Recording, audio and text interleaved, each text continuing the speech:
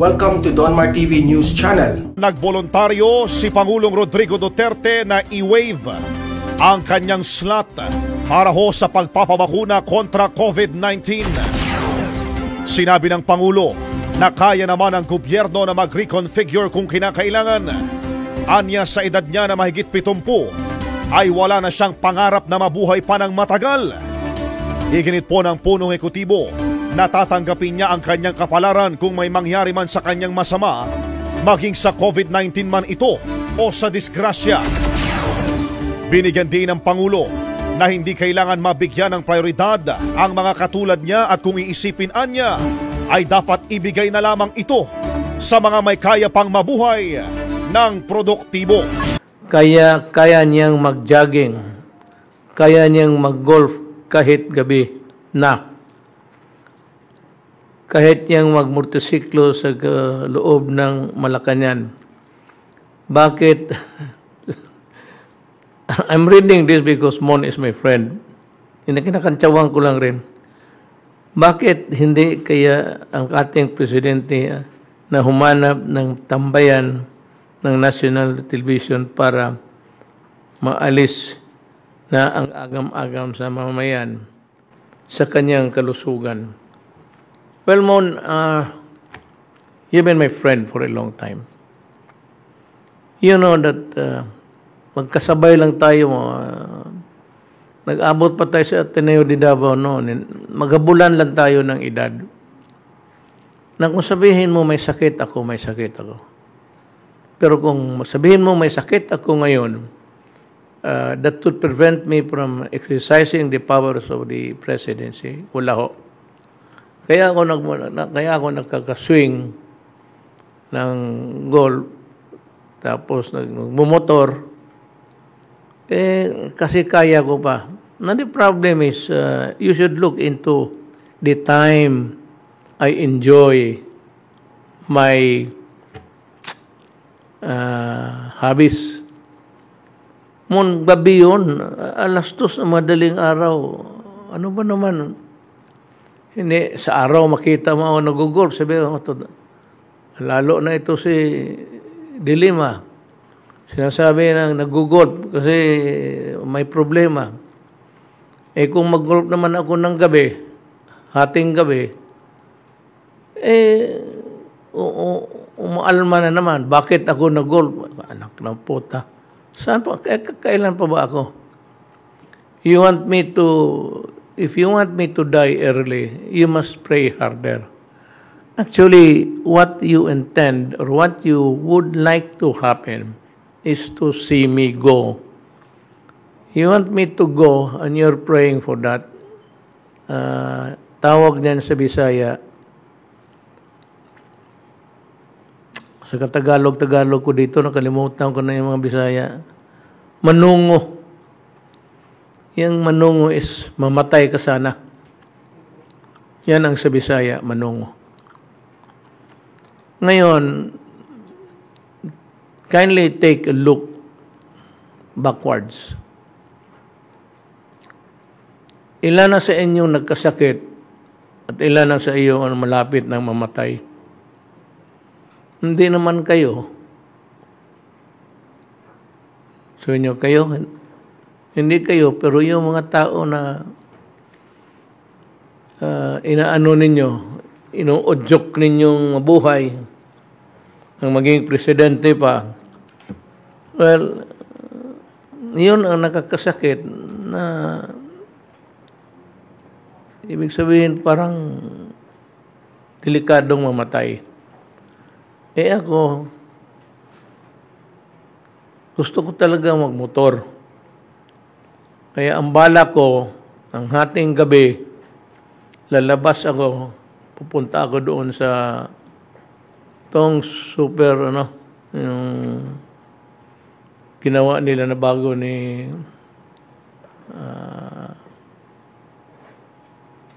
si kanino ba ito? Well, I think it's the DPWH. The airports and all of the other governmental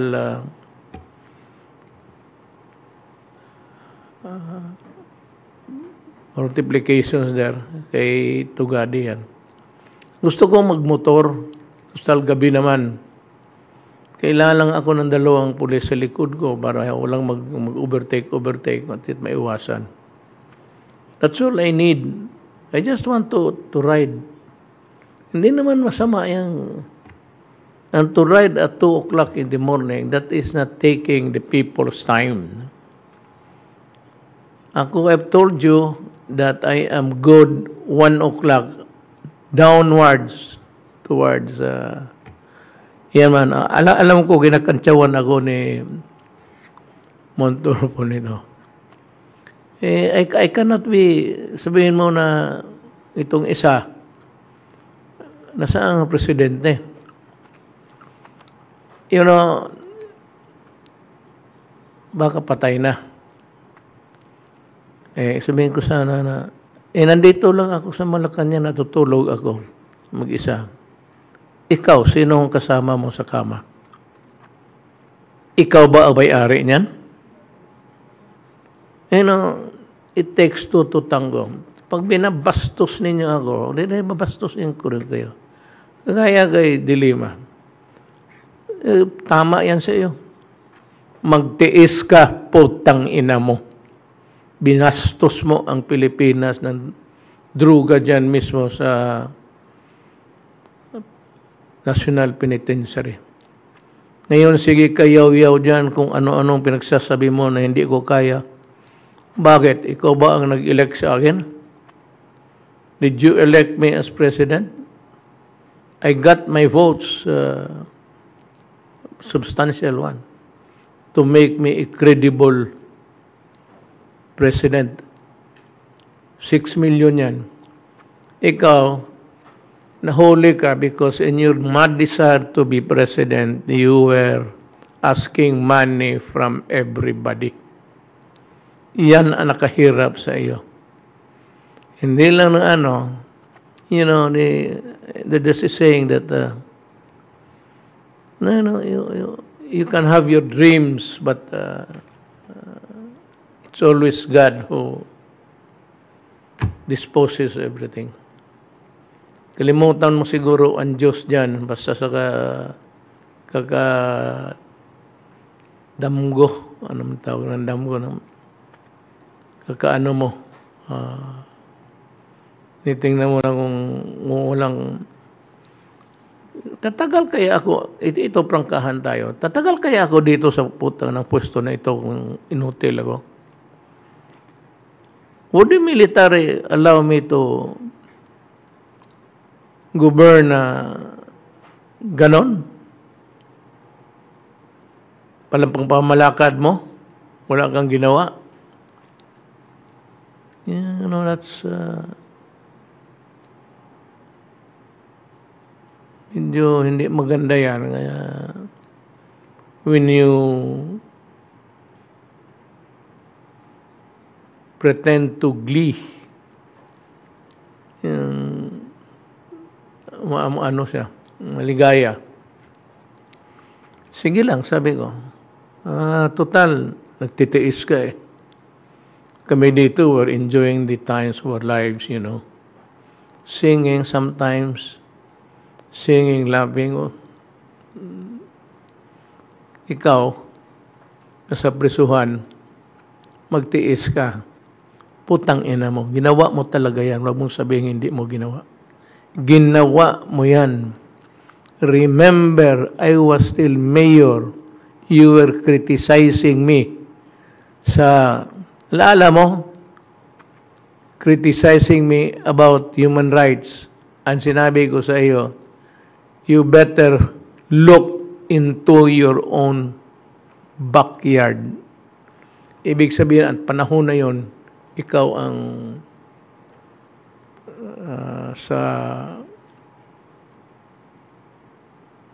think you were sa secretary na.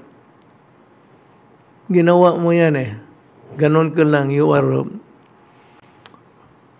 fighting with ferocity. Like a wounded animal na, alam mo, ganon eh. Totoo niyan, kakagawaan mo talaga yan. Sinabi ko noon, look at your own backyard. As early, so, if bright ka, kung bright ka, ma'am, it would have tell you that at that time, I already knew. Kasi, hindi lang ako ang nasa national. Marami ang katao na dumaan dito sa national na sa tulong ng tatay ko noon. My father was a cabinet secretary. May natulungan rin siya dito sa mga pwesto. Kaya at noon pa alam ko na naglalaro ka. Kung kaya lang walang maniwala, kaya tinatiming talaga namin, but at the end had no recourse but to file a case against you. Not me, but government. So, yun yung sa iyo. Pero itong kay, anong halatang halata kayo, this Laila de Lima, stop covering for what? For what crime? For what pinasukan mo pa ang yung makakasira ng bayan natin. Actually, it is not enough na okay na sa akin na mano ka. You can be freed for all I care. But people know that you are a bitch. That's what you are. Matapang pa magsalita, kanang mo sino yung may kasalanan. Kung magsalita, kami pa yung nagtatrabaho. Galit ka lang kasi naging presidente ako. Galit ka lang kasi ako may ginawa ako sa bayan. Galit ka lang kasi ako, hindi ako pumayag na itong bayan ko pupunta sa aso. Galit ako kasi ang mga anak natin, hindi ako papayag na magiging narco state tayo. Galit ako dahil kung wala akong ginawa, we would have been a narco politic state. Hindi mo kaya yan. Yung ginawa ko, hindi mo kaya. Sa totoo lang. Hindi mo kaya. Naghahanap ka lang ng issue.